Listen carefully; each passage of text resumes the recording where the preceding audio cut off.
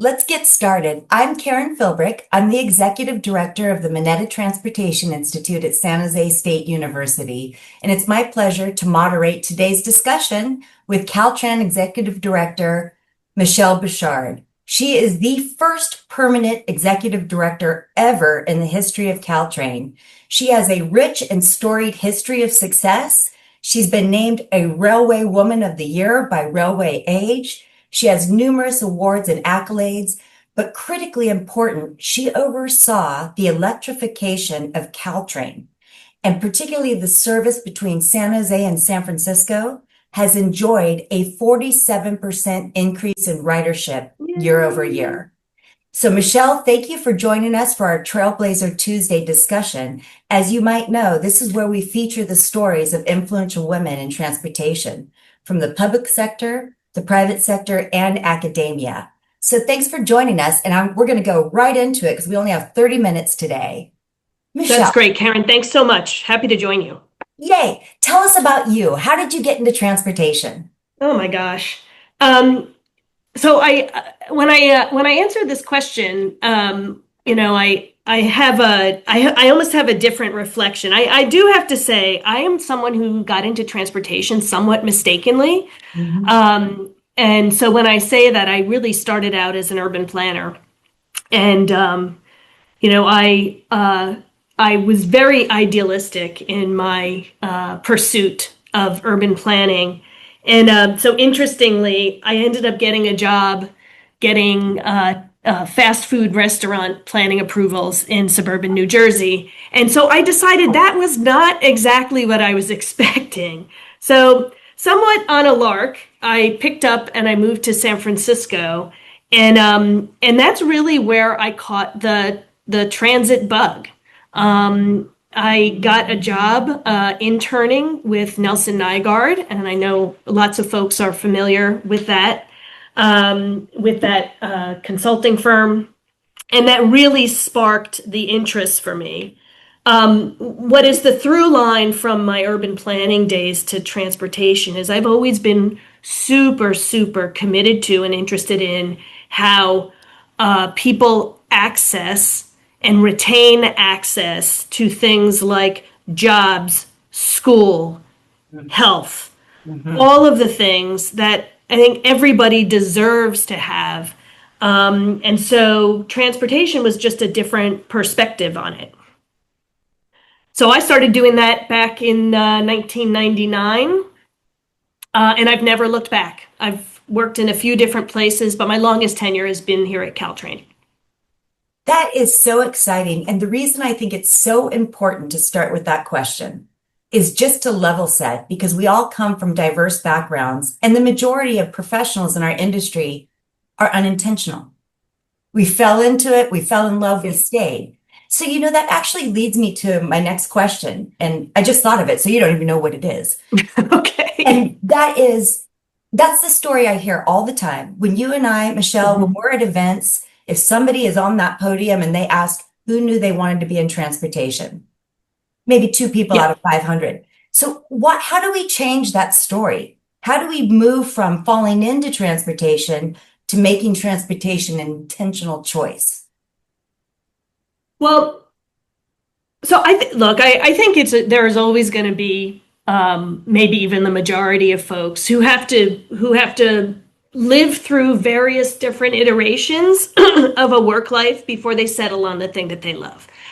But from my perspective, and one of the things that I was thinking about in preparation for this is, the question becomes, what would make transportation, what would spark the interest of younger people in transportation? And I think there is a certain version of public transportation that people think of that is totally outmoded right now. And I say this because, transportation is not just about moving people via bus or rail. It's about technology. If you are into technology, you can have a job in transportation. If you're interested in public finance or innovative finance, public transportation is for you. If you do want to have a public-facing customer service job, public transportation is for you. If you're committed to quality and safety, public transportation's for you. And if you want to build big, cool stuff, public transportation's for you. And so to me, I think if we can start selling transportation as the full suite of careers that it could be, I think that would spark the imagination of young folks as they're coming up, and really forming their opinions about what they want to do, when they grow up. That is such a good point. And I don't know if you've seen the chat pop up on your screen, but we have a high school student. I saw it pop up. We have a high school student from the East joining us. We have residents in San Jose joining us to learn more. We've got Sharon Green, who's here in Washington, D.C. with me right now. So all your friends want to learn from you. And so Great. what you said really resonated. And thank you to the high school student who joined us. This is exactly what we need. But you said something interesting, and it makes me think about social modeling and emulating the behavior of people that you admire. We need you, people like you, people from all areas telling this same story so that people who may want to join us can see themselves reflected in the workforce. And I think that's so incredibly important. I think that's right. To your point, Michelle, I am a psychologist. Kat from my team is a graphic designer. None of us work here and we love it, but don't have the background in engineering or planning or some of the more traditional things. Yeah. And so you mentioned, we were talking earlier, there was a pre-submitted question from one of our participants about compensation. Mm-hmm. Can we talk about that for a minute? Sure, absolutely. I don't know what I want to say. start on any particular aspect, Karen? No, I want you to just go for it. Okay, sure. And I think, when I looked at some of the questions so compensation is a really, it's an interesting topic. It's an interesting topic for me for two reasons. The first is talking about compensation from the perspective of a woman who is, I've worked my way through the industry, worked up from an associate planner. Mm-hmm. And so, and in the same company. And so it's sort of interesting to me that as you get to a certain echelon, executive salaries, you get paid those salaries for a reason.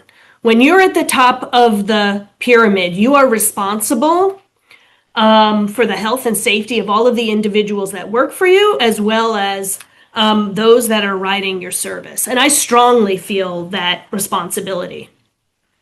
And so, the reason why I bring up as a woman is I think it is true that one, and certainly I have in the past, kind of not been as, I would say, as thoughtful or as aggressive as I might ought to have been when compared to some of my male counterparts. And, I have no regrets how I've pursued the salary negotiations that I've had to pursue. But I would say the one thing that I would make sure, and this is my advice to everybody, but particularly for women, educate yourself, not only about salaries, and I'm talking about regional salaries, but also about, Karen, you used the word compensation, and that's what's really, really important. Because part of your satisfaction at work is not only how much you make, it's whether you're going to be taken care of in that role. So we're talking about healthcare, time off. Is it a job that, you've got to make some pretty hefty decisions, and so potentially could be limited in duration. So I think you want to think about severance. That's not a bad thing. You need to be thinking about those things. We were talking before this that, in a general manager's job, it is seen as let me just say this, it's very rare to have someone successfully in the seat more than 5 to 7 years. And I agree with that time frame. You are You're asked, especially in roles of leadership, to take on great responsibility, to lead with integrity. And a lot of these positions are very, very political. And so, for every reason you could conceive of, these jobs could be short in duration. And so my advice always is to do your homework, collect your data, and then, negotiation is not a dirty word.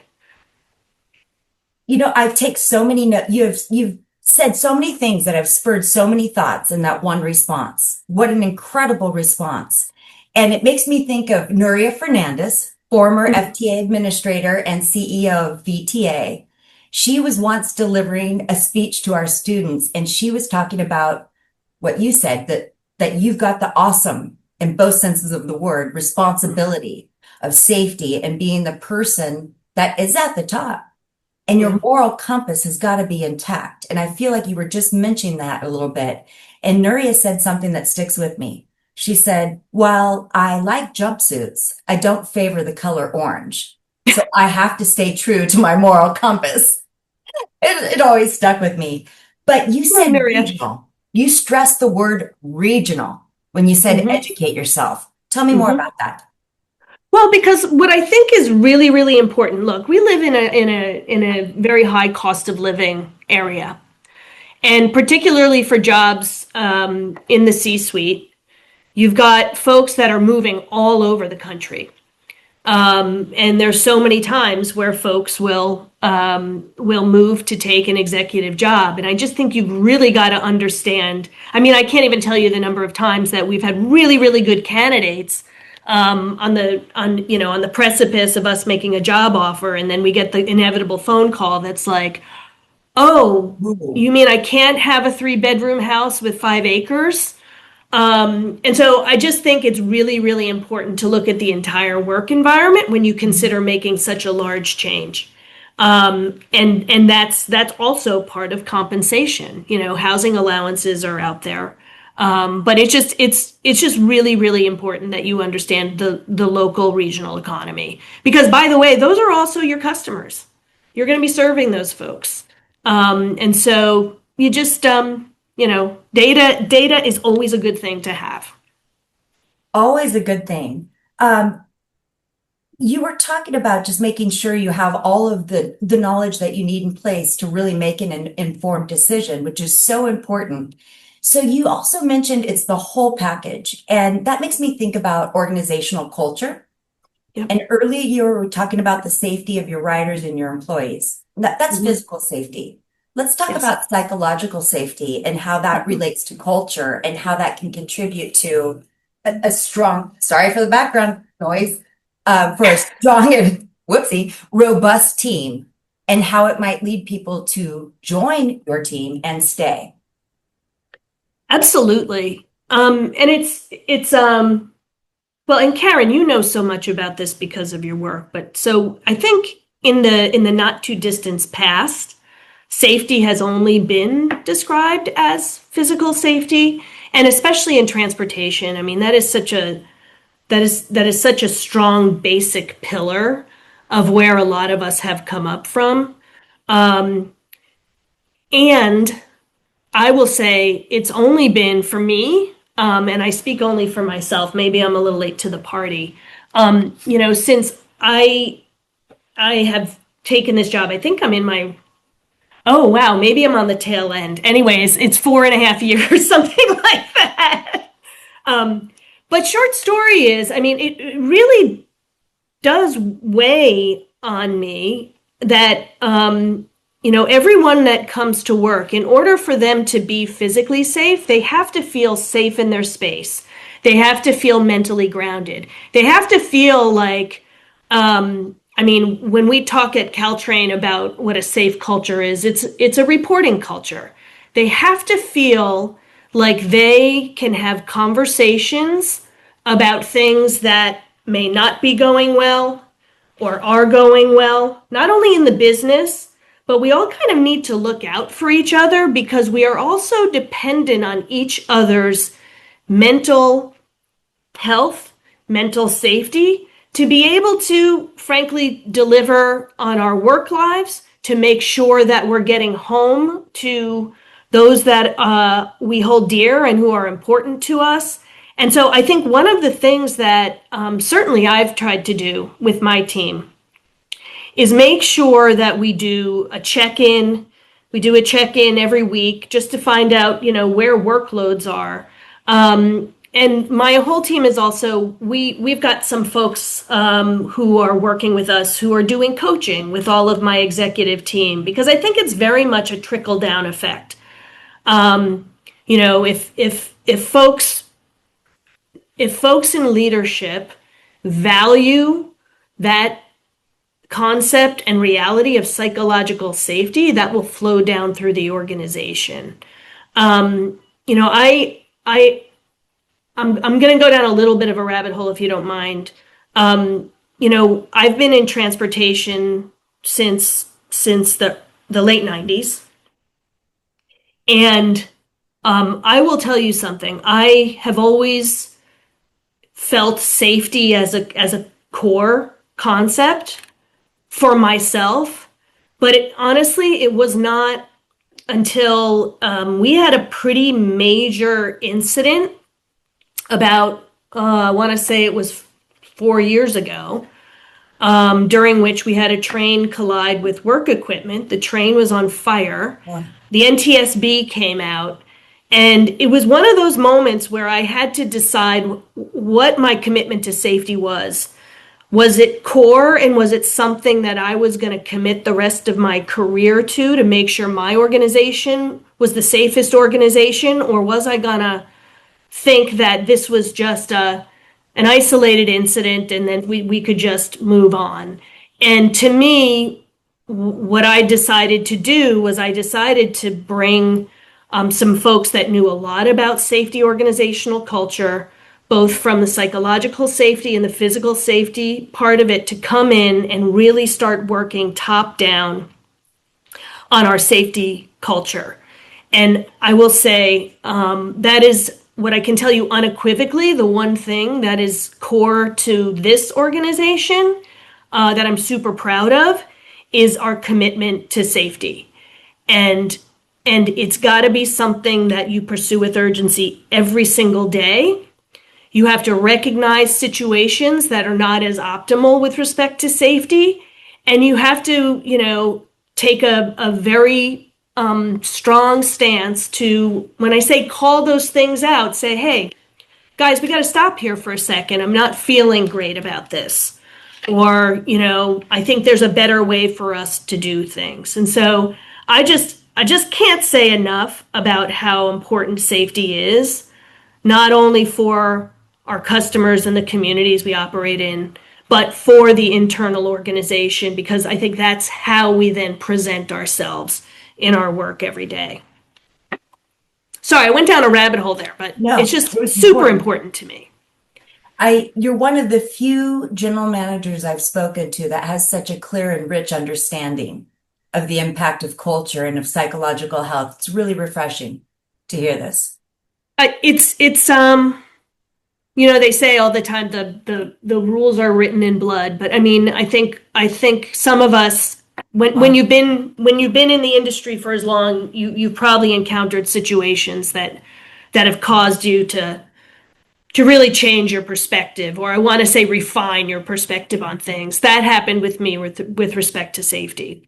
Sure. And, we had a pre-submitted question that said, what are the 3 things that keep Michelle up at night? And how can we consultants help? Well, I think you got one of them.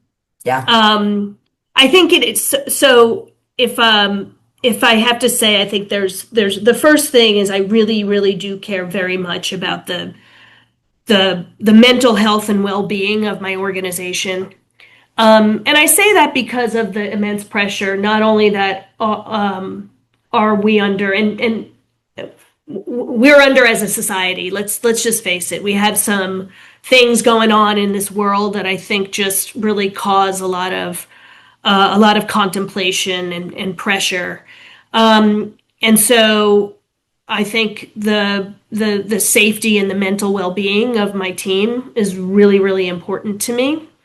And I also, when we think about what's going on, certainly in the Bay Area, and many of you, and this is, I think, going on all over the United States with respect to transportation, the financial well-being of our organizations, to me right now is critical. And I think a lot of you have probably heard the general managers from many of the larger transit agencies, certainly in the Bay Area, talk about reaching fiscal cliffs and looming fiscal cliffs and the potential for service reductions. Yeah. And other reductions in service, customer experience, et cetera, as a result of just honestly their lingering effects of the pandemic.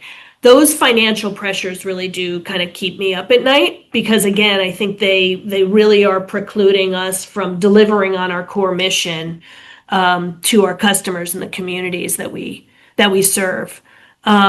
So I think those are the two things that, when I go home, I think about most when I'm out of the office. How can you as consultants help? As I mentioned, I mean, I think understanding, well, I think from two perspectives. I mentioned there's an organization that we worked with in terms of really developing robust or helping to develop robust safety programs and really understanding how we can be a little bit more reflective as organizations. So I think that is one area where consulting firms could really dig in around organizational work. And I think the second thing is, and this is the one thing that I've been thinking about from a financial perspective, we here at Caltrain have been really trying to understand how we can be a little bit more non-traditional in terms of understanding our fundamental financial underpinnings and really trying to figure out how there are ways to be more efficient with the resources we have, and or on the flip side, understand that there are some assets that perhaps we aren't using to their highest and best financial use that could really, again, help to finance some of the core missions, so the operations.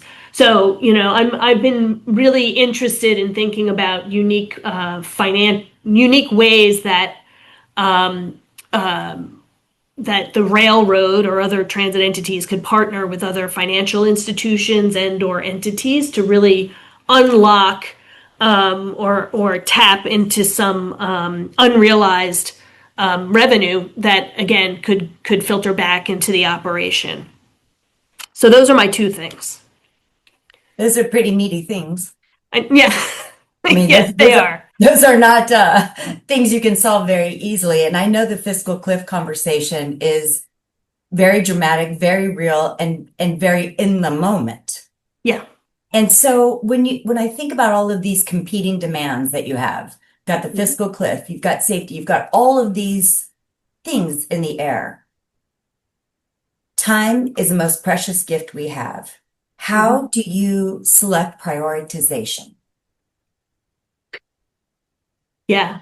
I mean, that is like the number one question. I mean, it's almost on a daily basis, but then it's also understanding that you can't get sucked into certain priorities that will take you off of the path.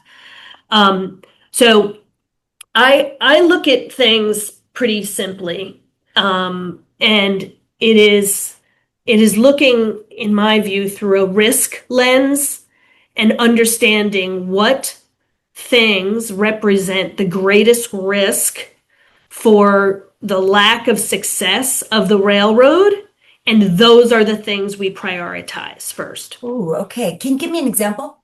So, like as an example, we're back to just finances, because I do see that as that is the number one risk.